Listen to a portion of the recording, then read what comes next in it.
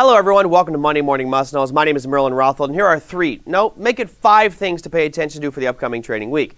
Now why 5? Well, we're going to start off with some macroeconomic pieces, but then I've had so many questions over the past week due to the market turmoil and the Fed and interest rates, etc. They're all wondering, what on earth do I do to prepare for a market crash? Well, you probably should have been preparing for the past couple of months, but we'll look at 3 things that you can do to maybe capitalize or protect your portfolio if there is an upcoming crash. Let's start things off with the easy stuff and get earnings announcements out of the way. Now, last week we had over 1,400 of them. This week we have over 1,200 different earnings announcements, but most of them are international. There's not a lot of major U.S. ones, but there are a few that I'm going to show you right now. We start things off. Number 1, you've got Duke Energy and Exelon reporting on Monday. Tuesday brings you Cronus, Electronic Arts, and Wynn Hotels and Resorts. Wednesday, you have Disney, Toyota Motor Company. Thursday is Alibaba, Aurora Cannabis, which is another cannabis company. And on Friday, 2 more car makers. You've got Honda and Mazda. So you got Toyota, Honda, and Mazda reporting this week. And again, there's 1,200 companies, but the vast majority are international companies reporting on the U.S. exchanges. So there could be some volatility in your portfolio. Check your earnings calendar. Now, number 2.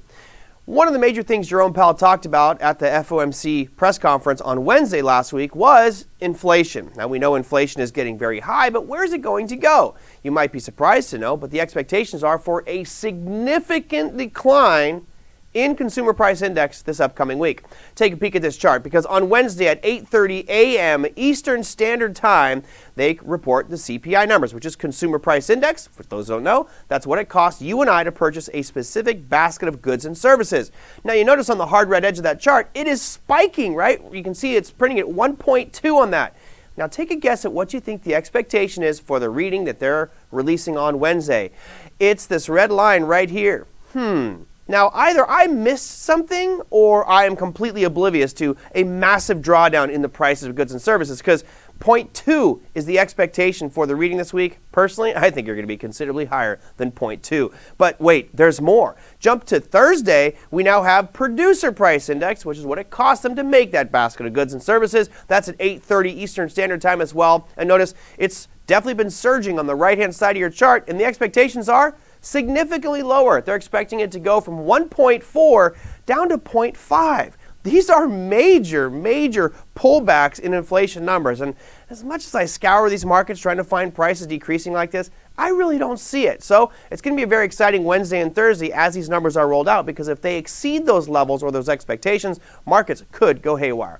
Now, let's talk about something that's really important. A lot of people are stressing out.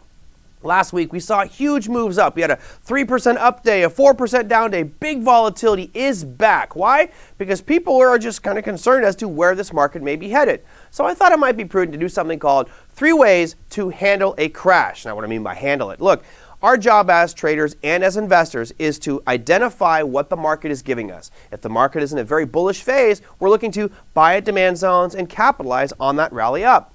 If the market is starting to prove that it's headed down and we have a series of lower highs and lower lows, meaning a downtrend, well, we simply reverse that order of operations. We want to be selling at rallies in a supply and shorting this market on the way down. Now, I know some of you may not be familiar with what shorting is. It's okay. Educate yourself and learn about shorting. So let me start off with the top 3 things, at least from my perspective, that you can do to help protect yourselves or handle a significant market crash. Number 1 is the easy one. Go to cash. If you're fearful about what the markets are going to do, simply get out of the markets and go to cash. And I know a lot of you are going to say, well, Merlin, cash is trash. I don't want to go to cash. Inflation's going to kill me. Well, look, this is the value of the U.S. dollar against a different basket of securities, mainly the euro. The dollar is gaining strength, significant strength, which tells you that people are already moving into U.S. dollars. Now, there's another thing here that you have to add on top of this. That piece is the Federal Reserve has been saying we are going to unload our balance sheet. Remember, they're the largest buyer of bonds in the history of mankind. They bought more U.S. bonds than anybody else. Anybody. What do they have to do now? They have to start to sell that. So when they sell that portfolio of bonds, they're flooding the market with bonds. When they sell those bonds, they are taking the cash and removing it from the money supply, which now means fewer dollars in circulation.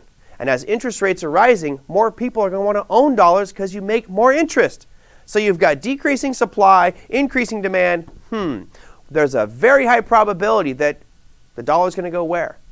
probably going to continue up. And if the trend is your friend until the bend at the end, that trend on the dollar is looking really good. So cash is the safe way to go, just to get out, calm yourself, and sidestep maybe any big market drawdowns. Let's look at option number 2, which conveniently is to hedge with options, using options as a way to protect our portfolio. Now I'm going to look at it from 2 perspectives, and I'm going to do this rather quickly. Number 1, here's an example of the S&P 500. And you can see over the past few months, it has not been making higher highs. It's actually been making a series of lower highs and lower lows, the classic definition of a downtrend. So if you're holding long in a 401k, an IRA, or just have a portfolio of stocks because you think, hey, it's going to keep on going up forever, you might want to reconsider. The signs are slowly shifting, saying the market does not appear to have the momentum that it did before. And if that in fact is true and that momentum continues to slow down, ultimately what's going to happen? There's an old phrase, or not a phrase, but more of an analogy really, that a trader taught me years ago. There's a plane called the Vomit Comet. I know, it sounds crude, but it's actually true. And it's a giant plane where astronauts test for weightlessness. And what they do is they go up at a very accelerated angle, and then they cut the engines. And there's this moment where that plane is giving all the passengers in it weightlessness. They're just literally free floating. That is generally right before it does what? The plane is tipping down, goes down aggressively, and you get a big move down in the airplane. Of course, you're getting slammed to the ceiling in the airplane. That Vomit Comet is a good analogy with this chart that you see here. We've had this amazing upward trajectory, and now it's slowing down. It's that free floating of the market, if you will. We're not making higher highs, we're starting to make lower highs, and now we're starting to make lower lows. So, with options, we could simply go out there and buy puts. You could do a delta hedge, which means you're basically using options to offset your current portfolio. Maybe you don't want to sell your portfolio because you don't want to take a tax hit. Great. You need to calculate the value of your portfolio and then strategically allocate enough put options to cover the downside for your portfolio. So should that portfolio drop in value, those options would offset any losses. And if it sold off significantly, you actually would have a bigger gain because the options leverage. The second piece of this, if you look at this chart, you can see that we're anticipating maybe this price continuing down. Well, watch these little yellow lines here. Those are demand zones. And of course, you could draw demand zones where you see fit, but maybe you still feel that this market is headed for more upside in the long term, but down in the short term. So how can we capitalize on that?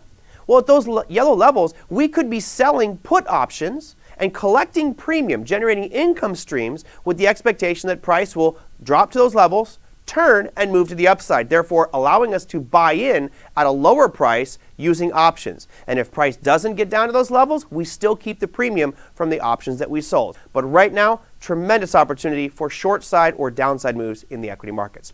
And finally, outright shorting. Now, many of you may not know what shorting is. It's simply betting that things are going to go down. Now, you could go out there and short individual securities, right? If your brokerage firm allows you to short, some do not, so you have to check with your brokerage firm, but some will allow you to short the market. That means you're betting that's going to go down as opposed to going up. You could also use leveraged ETFs or inverse ETFs. For example, QID. You could buy one share of QID, which is double the NASDAQ 100 negative. So if the NASDAQ moves up 1%, QID drops 2%. If the NASDAQ drops, let's say, 3%, QID jumps 6%, or roughly 6%.